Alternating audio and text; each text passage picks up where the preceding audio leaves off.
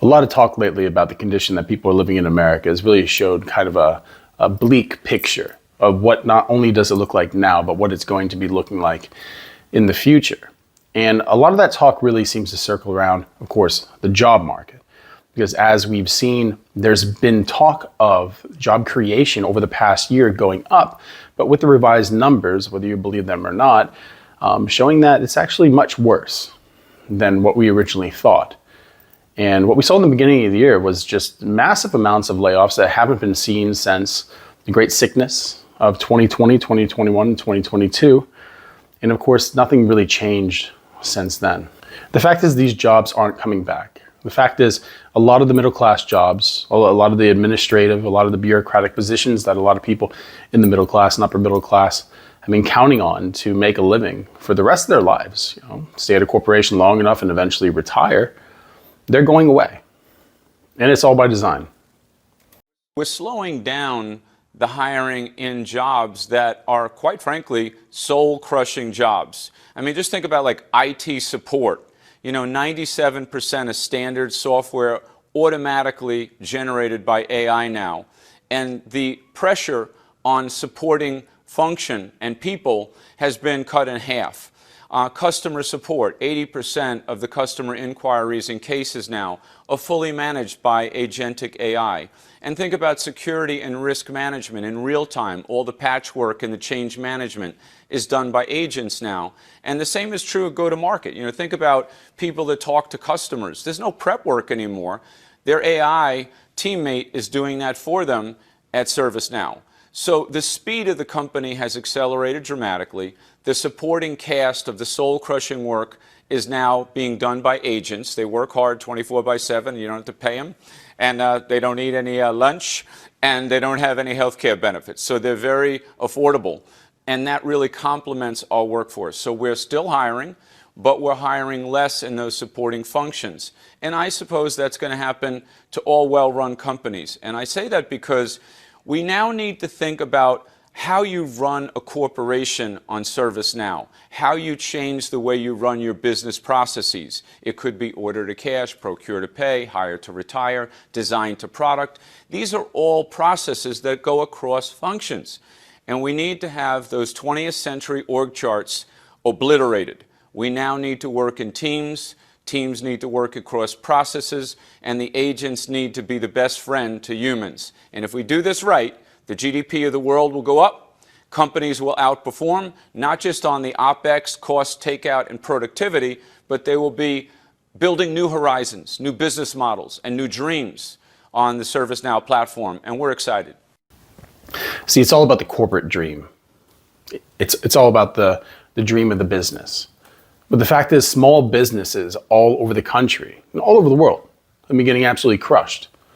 The cost of living and cost of goods, the impacts of tariffs that are happening globally, they're impacting everyone in the working class. Everyone who dreams of being an entrepreneur, it's hitting them hard. And this is just really an anti-human position that a lot of these CEOs who, honestly, I couldn't even tell if he was AI or not. But they're really starting to take that on. It's about the profit, it's about the business model, but it's not about the person. These support jobs, these admin jobs, software engineering jobs and tech support, people spend 4, 5, 6 years of their life pursuing an education to actually get these jobs. It's a hard market to break into. It's always been a hard market to break into, and the competition has always been so strong. I know an ex-Google CEO just came out and said that in the next 5 years, 90% of all software engineering jobs are going to be AI. Any job that requires mathematics is going to be taken by AI just because they're smarter than people and they cost less than people.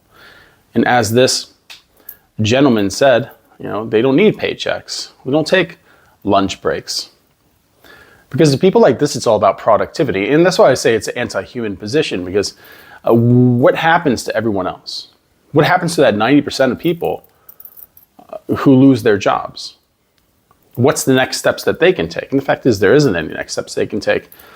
The transition to AI is something that we're moving steadily towards, but at the same time, Americans and the globe in general is just woefully unprepared for. There's no mass retraining programs that have been set up to get people in the position where they can transition into a new kind of employment. It's just you're being replaced, best of luck. But luck isn't enough. You look at the job market right now and people are sitting on the sidelines for 3 months, 6 months, some people over a year without actually being able to find a decent job. The only jobs that are out there that are going to be left, there's going to be so much competition. And when there's so much demand for jobs and there isn't enough jobs, that means that those jobs aren't going to be well-paid jobs. Because they don't need to be well-paid jobs. Because somebody's always going to be able to take them. You know? There's always a fear of immigration and how it's going to be taking jobs. And that's a big focus right now. If we get rid of all the immigrants, if we focus and blame immigrants for everything, you know, the jobs are going to come back. Well, at the same time, they get you to focus on that. They're silently constructing new systems that allow these corporations to remain in operation and to reach new heights when it comes to profits and do away with your job. What are people going to do? Not everyone can be a plumber. And, you know, that's the thing. Everyone's like, hey, we can just be tradesmen. You know, you should have went to trade school, you see? You could have been a plumber like me. You could have been, you know, putting shingles up on roofs. You could have been an electrician. One of the reasons that pays as well as it does right now is simply because there's a drought of workers. And there has been for a long time, because the culture has always told people that the only way that you can actually succeed is to go to college. Go to college, get a degree, and you're going to get a good job. You'll be able to have the American dream. It's going to be at your fingertips if you go ahead and follow the path that we put out before you. But with the Pandora's box that is AI, and with the automation of pretty much any kind of menial labor job that exists under a corporate structure or industrial framework, it's going to push a lot of people who traditionally wouldn't go towards blue collar to blue collar, which means that there's going to be more people competing for the exact same contracts out there, which means that there's going to be lower bids on those contracts. So that lucrative position that you have now as a plumber, in the future, probably isn't going to be. And as a welder, probably not going to be. And kind of that's the end. That's what you have. When you look at people like this, understand that they don't care. Because in their mind, these are people at the top of the pyramid, right? The thing about people at the top of the pyramid is that they see you as a resource, and they see you as an outdated resource. And an outdated resource just needs to be disposed of. So we don't actually need any normal people anymore. So why not just make things so expensive that they can't reproduce? And then by not reproducing, we don't have to worry about new generations of workers because we already have the AI. It's one of the reasons why on this channel we always talk about pricing out family, and why with the world the way that it is right now, with things getting more expensive and you know how it's designed to be that way, it all seems to make it impossible to actually have kids. A luxury to have children, a luxury now to have a job. And it just doesn't leave space for us. And it's not fair.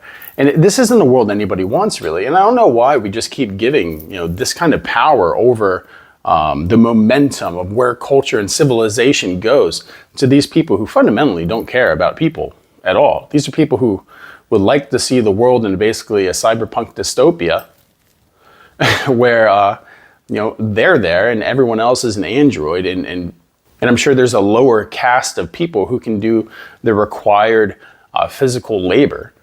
But the idea that everyone should be allowed to get a job and make enough money that they can have kids, they see that as a net negative to where they want civilization to go.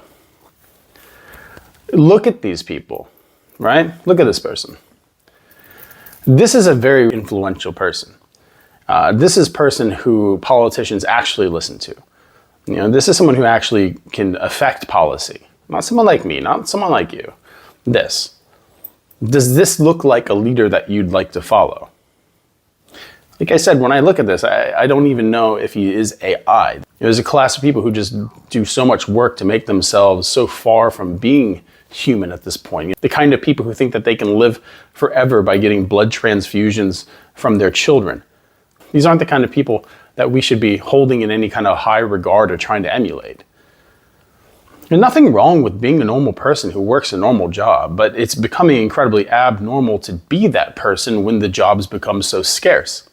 And with the influx of AI that's coming across the industry right now, most companies are saying that there's going to be a 20% reduction in job recruitment for the rest of the year. And that's going to get worse. I mean, we can all see value in AI. We can all see that. But when it starts to take away hundreds of thousands or millions of jobs, ethical questions have to be raised to, whether how much we can actually allow this. I mean, it's a good thing at some point, but you have to build the infrastructure that allows the people who are going to fall through the cracks of progress to actually have somewhere to land. Because if there isn't somewhere to land, then you just create an underclass of people who serve no function in society. And people who serve no function in society are often seen as not just undesirable, but disposable. And all these roads really just seem to be leading to this, right? The dehumanization of people, the question of whether citizenship actually gives people a right to be in a country, the devaluation of the dollar, the destruction of the family, the absurd prices of homes, and the control of the direction of civilization being handed to these monsters, these aliens. Not just say, well, the job market's bad, but actually look at the cause and look at the plans that are behind it. Because if the plan isn't being resisted, then this is just going to keep going. It's going to carry on this way. Right? I mean, we've already had talks in years before that trucking is going to be automated at some point. And what happens when that happens? What happens when you just automate the ports? Automate warehouses? People need jobs. And there's no talk of any kind of universal basic income. And most people think that the idea of universal basic income is absurd, just as absurd as reasonable health care. But that's the world that we live in, where people actually, they want this, right? People want this. It's in the movies. If it's put out there enough, is it going to be true at some point? And we can't allow, the fictitious pantomimed realities to actually become reality. We can't allow caricatures of human beings to actually go ahead and dictate our futures to us, because our futures belong to us. We are individuals in a grand community, and we need to understand that these people were not elected to represent our best wishes, because clearly they do not have our best wishes in mind. They don't have the best wishes of our children, the best wishes of our future in mind. It's just the best wishes of the corporation, because the corporation now exists beyond nationality. And corporations don't actually take into account empathy or morality when it comes to their decisions, just simply profit. And you are not a function of profit. You are not just an animal on the farm that's meant to be harvested. You're a person with a life. You're an individual. You're human. We're human. And humans aren't overrated. We deserve a place on this earth to make our own lives, and the ability to do so, to have the pursuit of happiness, the opportunity to do so. That's what this country was meant to be. It's what life is meant to be. And people have that in absence of tyranny, but this is a kind of corporate tyranny that's quickly creeping in to the mainstream.